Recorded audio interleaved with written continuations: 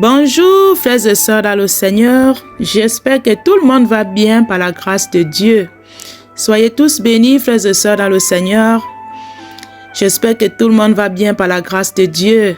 Peuple de Dieu, soyez fortifiés, famille en Christ de là où vous êtes, soyez bénis encore. Frères et sœurs, si je viens faire cet audio ici, parce qu'il y avait une sœur qui m'avait appelé, par rapport, on avait échangé un peu, mais cette sœur m'avait dit que pourquoi dans les couples, s'il y a l'autre qui prie, par exemple si le mari prie, la femme ne prie pas, ou par exemple la femme prie et le mari ne prie pas. Et elle a aussi dit que si, par exemple, si la femme prie, la femme n'a pas le droit d'évangéliser. Ou des fois aussi, si l'homme prie, cet homme-là n'a pas le droit d'annoncer la bonne nouvelle. J'ai dit non. Elle n'avait pas compris, donc voilà pourquoi je vais essayer un peu d'éclairer aussi certaines choses par la grâce de Dieu, par rapport à ce que la sœur m'avait appelé pour me dire qu'elle ne comprenait pas pourquoi, elle ne comprend pas normalement ces choses-là. J'ai dit non. Donc, frères et sœurs, déjà on voit dans le livre de Genèse, chapitre 1 là-bas, Dieu créait le ciel et la terre. Vous allez voir que il y a déjà une séparation, le ciel et la terre. La terre, là où nous vivons ici, là où il y a le péché. Là, vous comprenez maintenant. Et Dieu dit aussi, si vous lisez le livre de Genèse, chapitre 1, et si vous prenez le verset même 4, vous allez comprendre que Dieu dit qu'il parle de la lumière. Dieu vit que la lumière était bonne. Dans le verset 4, là-bas, vous allez comprendre, Dieu vit que la lumière était bonne. Pourquoi Dieu a dit que la lumière, elle est bonne? Parce que lui-même, il est lumière, frères et sœurs. Et Dieu, il a séparé la lumière avec les ténèbres. C'est pour dire que les deux ne peuvent pas cohabiter ensemble, frères et sœurs. Là, vous voyez maintenant la séparation. Donc, les ténèbres, c'est la nuit. Les ténèbres, ça dit beaucoup de choses. C'est l'ignorance. C'est comme si on ne voit plus rien. Vous voyez? Quand on est dans les ténèbres, c'est carrément le noir. On ne peut pas s'en sortir. Vous voyez, frères et sœurs? Donc, vous voyez la séparation, comment Dieu avait séparé. S'il a séparé ça à l'avance, parce qu'il connaissait, Dieu connaît déjà ce qui va arriver. Dieu, il sait tout, il voit tout. Il sait toutes choses. Toutes choses là qu'il a créées, il n'y a que lui-même qui connaît. Il est le créateur de toutes choses que nous voyons sur la terre, de l'être humain, de tout ce que nous écoutons dans la parole là-bas. Donc vous voyez, il a séparé la lumière et les ténèbres. C'est pour ça qu'ils ne peuvent pas cohabiter ensemble. Vous voyez? Et en plus, il a aussi, vous allez voir si vous lisez dans le livre de Genèse, chapitre 2 là-bas, Dieu a mis quoi? La vie et la mort. Mais quand Adam et Ève, Dieu les avait prévenus. Dieu les avait pas laissés ignorants. Il a prévenu à Adam qu'il ne touchait pas à cette table-là. Mais eux, est-ce qu'ils avaient obéi? Ils n'ont pas obéi. Ève elle allait écouter notre voix. Et Adam aussi était là, non? Vous voyez, ils n'avaient pas obéi à la voix de Dieu. Ils ont écouté notre divinité. Vous savez que notre Dieu, c'est un Dieu jaloux. Dieu, c'est un Dieu de la sainteté. Il est l'unique, il est seul. L'unique Dieu, le créateur du ciel et de la terre. Personne n'est comme lui. Et ils sont allés à écouter notre voix. Vous voyez? Ils ont fait les échanges. Donc le diable a enlevé la connaissance du bien qui était dans eux. Et le diable les a donné ce qui était mauvais. La mort, qui est les ténèbres. Et là, ils se sont plongés dans les ténèbres, comme on parle là. Ils n'avaient plus la connaissance. Ils étaient coupés de Dieu. Ils ne voyaient plus rien. Ils sont rentrés dans les ténèbres en question qu'on est en train de parler là. Vous voyez? On était privé de la gloire de Dieu. C'est là que le problème a commencé, la communion, l'être humain avec Dieu, ça a été coupé. Et l'être humain, Dieu l'a chassé du jardin. Ils sont retrouvés seuls. Vous voyez, frères et sœurs, quand on va voir aussi l'histoire de Caïn et Abel, vous voyez, c'était quoi? C'était les deux enfants d'Adam et Ève, non? C'était le même sang. Mais vous voyez ce que Caïn avait fait à son frère. À cause de la jalousie. Vous voyez, pourtant, ils avaient le même sang. Le même cordon. C'était pas les étrangers, du même ventre. Mais Caïn a tué son frère à cause de la jalousie. Parce que Abel était la lumière devant Dieu. Vous voyez? Abel, c'était la lumière. L'autre, c'est quoi? C'est les ténèbres. Les ténèbres, c'est ça. Vous voyez? Vous voyez là où le problème a commencé. La séparation. L'autre a fait les bonnes œuvres devant le Créateur, Abel. Mais Caïn c'était pas ça. Et il était encore jaloux. Donc, vous voyez, Dieu connaît toute personne avant même que nous venions sur la terre ici. Il connaît chacun de nous sur la terre. Dieu n'est pas un dictateur aussi. Dieu ne force personne sur la terre ici. Dieu, c'est un Dieu de paix, frères et sœurs dans le Seigneur. Dieu, c'est un Dieu de paix. Vous voyez? Donc, vous allez aussi voir l'histoire, comme la sœur m'a parlé par rapport au mariage. L'autre prie, l'autre ne prie pas. Ou l'autre parfois obéit, l'autre n'obéit pas. Donc là, j'explique un peu certaines choses.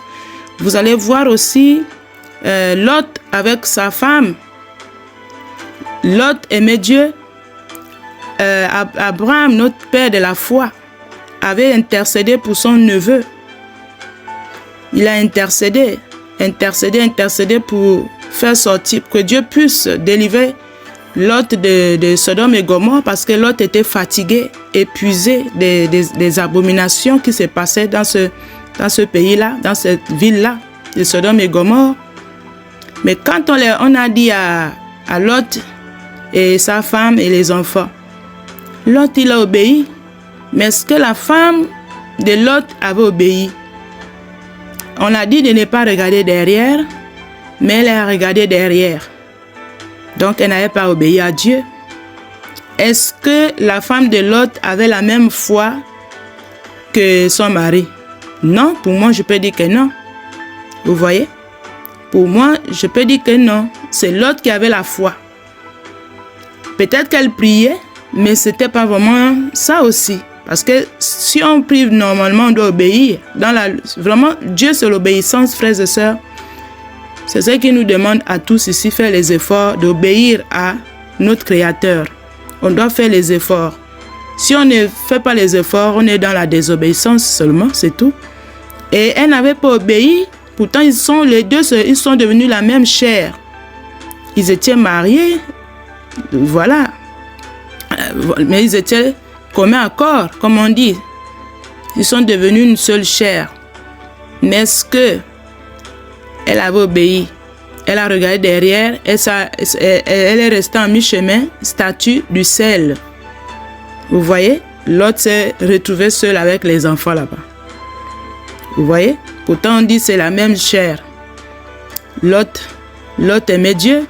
Vous allez aussi voir le serviteur, le grand serviteur de Dieu, Job, qui a souffert des maladies, des ulcères. C'était terrible. Et pourtant, avec sa femme, ils étaient devenus une seule chair. Comme on dit, si on est marié à quelqu'un, on devient une seule chair. Mais vous allez voir, c'était terrible.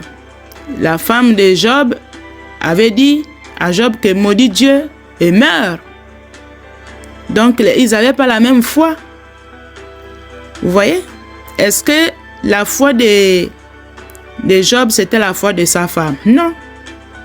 La parole nous parle. Les Écritures sont là. Donc, vous voyez, pour des personnes qui disent que forcément, si la femme prie, le mari doit aussi prier. Non, Dieu n'est pas venu pour forcer les gens. Dieu, c'est un Dieu qui est la paix. Il n'est pas un être humain comme nous, les humains. Il ne voit pas, il ne voit pas comme nous, on voit. On n'a pas le raisonnement de Dieu, ce n'est pas le raisonnement des hommes. Il dit, vos voix ne sont pas mes voix, vos pensées ne sont pas mes pensées. Vous allez aussi voir, le Seigneur dit dans sa parole là-bas que l'une serait prise, l'autre serait laissée. Dans Luc 17, verset 34 là-bas, vous voyez? Il dit, là on parle de qui? Pour moi c'est un couple. Pour moi c'est un couple. Il dit que ceux qui sont dans le même lit là-bas, l'une serait prise, l'autre serait laissée. Vous voyez? Ça veut dire que l'autre avait la foi, l'autre croit en Dieu, l'autre aime le Seigneur, mais l'autre n'aime pas. Parce que la parole de Dieu, quand Dieu parle comme ça, c'est une parole qui est vraie. C'est une parole qui a l'impact. Si on dit que l'une serait prise, l'autre serait laissée. Parce que Dieu connaît. Vous allez voir le brigand aussi. Les brigands qui étaient avec le Seigneur à la croix. Ils étaient deux. Vous voyez? Et pourtant, ils ont vu le Seigneur. Ils étaient avec le Seigneur, face à face. Mais il y a un qui insultait le Seigneur. Vous voyez? Un qui insultait. Si vous lisez Luc 23 là-bas, 39, vous allez comprendre. Les deux brigands, il y a un qui était pris, le Seigneur a pris. Il est monté avec lui au paradis. L'autre qui était incrédule là, qui insultait le Seigneur. Vous voyez? Il injurait le Seigneur. Malgré qu'on les avait mis les pointes. Mais il était, pour moi, c'est l'orgueil. C'est les ténèbres qu'on est en train de parler là. L'autre, c'était, même s'il avait péché, mais il avait reconnu, se repenti sur place devant le Seigneur à la croix. Et pourtant, il avait mal. Mais il avait un bon cœur. Et le Seigneur a dit oui, aujourd'hui, on va monter. On va aller dans le paradis aujourd'hui là. Et finalement, celui qui était rebelle, qui était environné de les ténèbres, est resté. Le Seigneur, le Shamash, ne l'avait pas forcé. Et pourtant, le Seigneur a vu qu'il avait aussi mal. Mais comme il était terrible, il était méchant. Même l'autre, son copain à lui, l'autre brigand l'a dit, celui qu'on est en train de faire du mal là, il n'est pour rien. C'est nous les pécheurs. L'autre a reconnu. Mais l'autre malfaiteur, l'autre brigand n'a pas reconnu ça. Vous voyez? Vous voyez? Dieu ne force personne, frères et sœurs, dans le Seigneur. Dieu ne force personne. Les histoires des couples, Dieu, vous allez voir même, il y a des gens, parfois aussi, dans le couple, c'est pas forcément, même si les deux prient, il y a peut-être un qui est né de nouveau, l'autre n'est pas né de nouveau. C'est des choses parfois qu'on voit ça. Parfois aussi, les deux ne sont pas encore nés de nouveau aussi. Il y en a aussi qui sont nés de nouveau aussi. Et ça, on le trouve dans le livre des Actes 10 là-bas. Quand vous lisez, Corneille, qui avait reçu le Saint-Esprit avec tous les gens de sa maison. C'est une grâce, hein? Ce n'est pas donné à tout le monde aussi, hein? Ce n'est pas donné à tout le monde de recevoir le Saint-Esprit, tout le monde comme ça, là, de sa maison. Vous voyez? Corneille, il a reçu le Saint-Esprit dans sa maison. Tout le monde qui était dans sa maison a reçu le Saint-Esprit quand on leur est baptisé. Vous voyez, frères et sœurs dans le Seigneur. L'histoire qu'on est en train de parler ici, c'est compliqué. Dieu n'est pas venu forcer les gens. Dieu veut sauver l'humanité. Quand vous allez lire même dans le livre des Jean, dans le livre des Jean, chapitre 1, là-bas, on parle de la lumière toujours. Est-ce que c'est tout le monde qui ont reçu le Seigneur? Non. Quand le Seigneur est venu sur la terre, on l'a injuré, on l'a lapidé. C'est les humains. Ils n'ont pas cru. à la lumière. Cette lumière que Dieu, depuis le commencement, Dieu parle de la lumière. Il veut que nous tous, nous soyons les enfants de la lumière. Mais est-ce que tout le monde va recevoir cette lumière-là? Tout le monde de la terre, là. Parce qu'il y en a qui ne vont jamais accepter jusqu'à la fin.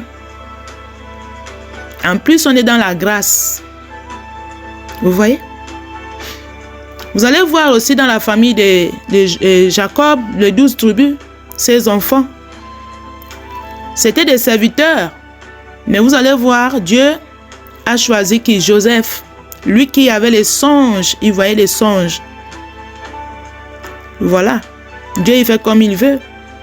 Il a pris Joseph. Joseph recevait les songes. Beaucoup, beaucoup. Mais qui l'a fait du mal? C'est ses propres frères. Du sang. C'est quoi? Ils l'ont vendu. Ils ont dit, il n'y a que toi qui vois les songes. Pourtant, il n'avait rien fait. Mais parce qu'il racontait les songes là, et les autres étaient jaloux. Donc c'est ça qu'on appelle les ténèbres. L'ignorance. En temps, c'était pour leur propre bien. C'était le plan de Dieu aussi. Mais ils l'ont amené, ils ont vendu leurs propres frères. Ils se retrouvaient en Égypte chez les étrangers. Ils étaient très jeunes. Et malgré qu'ils ont vu leur père souffrir, en deuil même, Jacob a souffert parce qu'il n'avait pas compris que son fils pouvait mourir comme ça. Et les enfants là, ils ont gardé ça. Malgré qu'ils voyaient leur père en train de subir dans la souffrance. Vous voyez? Ils n'ont pas dit. Et Dieu aussi, il a laissé comme ça, il n'avait pas aussi révélé. La parole ne nous dit pas que Dieu avait parlé à Jacob, qui est ton fils en Égypte. Dieu a laissé, parce que c'est Dieu, il est le chef. Il fait comme il veut. Vous voyez? Il y a tellement de choses de Dieu. Dieu ne force personne. Vous pouvez voir dans une famille, comme je reviens encore, on peut aussi te rejeter. C'est pas parce que les gens prient. Donc, je réponds à la sœur que c'est pas Dieu ne force personne. C'est pas forcément que parce que les gens sont en couple là ou bien les gens sont mariés. Et en plus, si les gens sont mariés dans le monde, c'est encore compliqué. C'est plus compliqué encore. Voilà pourquoi la Bible nous dit qu'il faut se marier dans sa volonté. Il faut le consulter. Maintenant, est-ce que la femme de Job ou la femme de Lot, est-ce que les hommes là, les serviteurs là, ils avaient consulté Dieu? C'est à que Dieu lui-même qui connaît. On ne sait pas comment ils se sont mariés. Donc, c'est pas Dieu ne force personne. On n'est pas des robots, on n'est que des humains. Dieu veut qu'on l'accepte tranquillement. Et Dieu lui-même, il dit, mes brebis entendent ma voix.